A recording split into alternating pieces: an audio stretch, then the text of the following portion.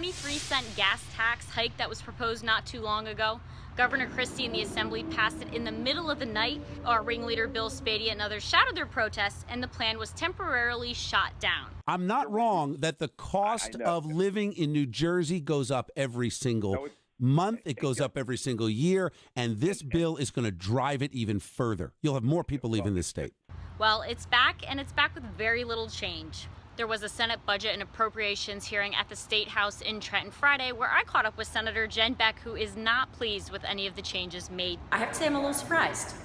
Surprised they've come back with relatively the same proposal as we had before, that the people expressed absolute rage over. Governor Christie has already announced his plans to veto the new proposal, saying any solution for a transportation trust fund must have its foundation tax fairness.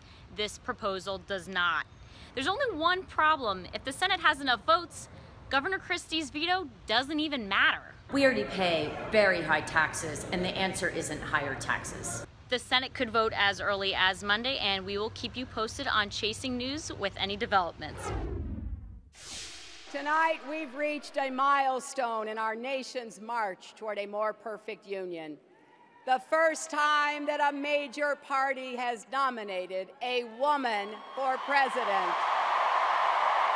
I was there as Hillary Clinton became the first female major party presidential candidate. And it was a really poignant moment for every woman, regardless of what you think about Hillary.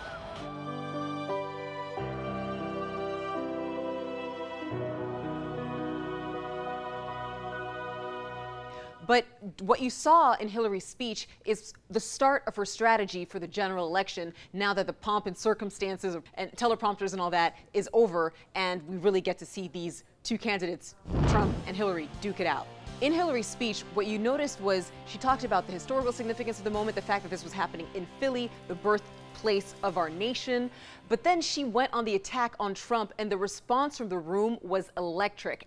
Imagine him in the Oval Office facing a real crisis. A man you can bait with a tweet is not a man we can trust with nuclear weapons. I spoke to Congresswoman Bonnie Watson-Coleman and asked her what is Hillary Clinton's best strategy moving forward into the general election. To contrast herself on the substantive issues, whether it's domestic or international, whether it's the economy or social justice, with a person who has no idea that we govern, we don't rule in the United States of America. Obviously the room there ate it up, but it's a room of Democrats. Do you think Hillary's message is going to resonate in the general election against the ultimate alpha dog, Donald Trump? One of the best lines Hillary Clinton gave was saying that she wouldn't let Wall Street represent Main Street. So it looks like she's banking on the 99% to rally around her. So we'll see how she does.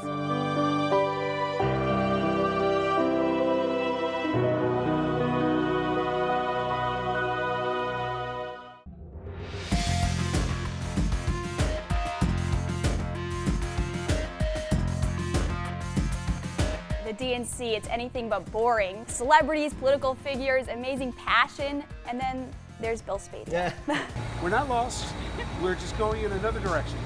This room is probably the best room in the United States right now. We've had candidates before who attempted to get elected by appealing to our fears. Philadelphia is expected to spend around $660,000 on the different prep. So this includes a beautification process. Our boss, Jerry, asked that I planted a tree on behalf of Chasing News. However, they weren't doing trees that day, so it's not quite a tree, Jerry.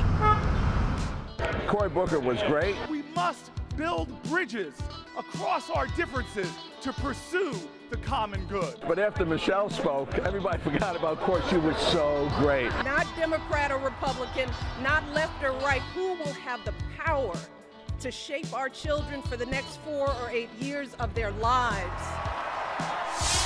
What brings you here today? Hillary Clinton. Hillary Clinton. Yeah. I have another question. Have you seen my car keys? I think I lost them in the parking lot.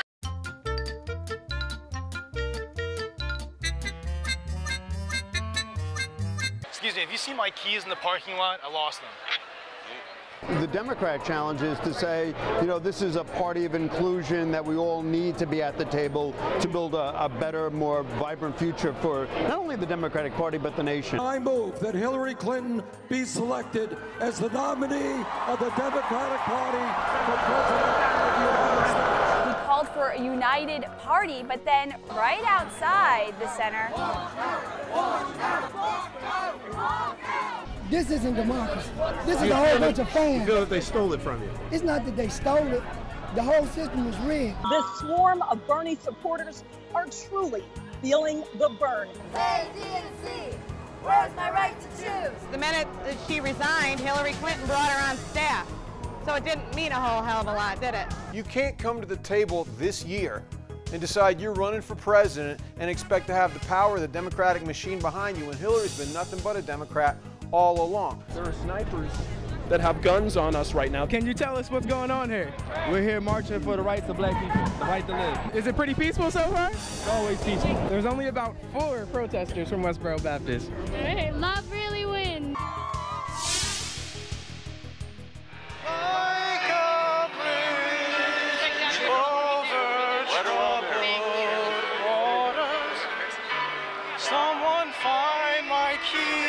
Some of the city's finest drinking establishments have specials and signature cocktails.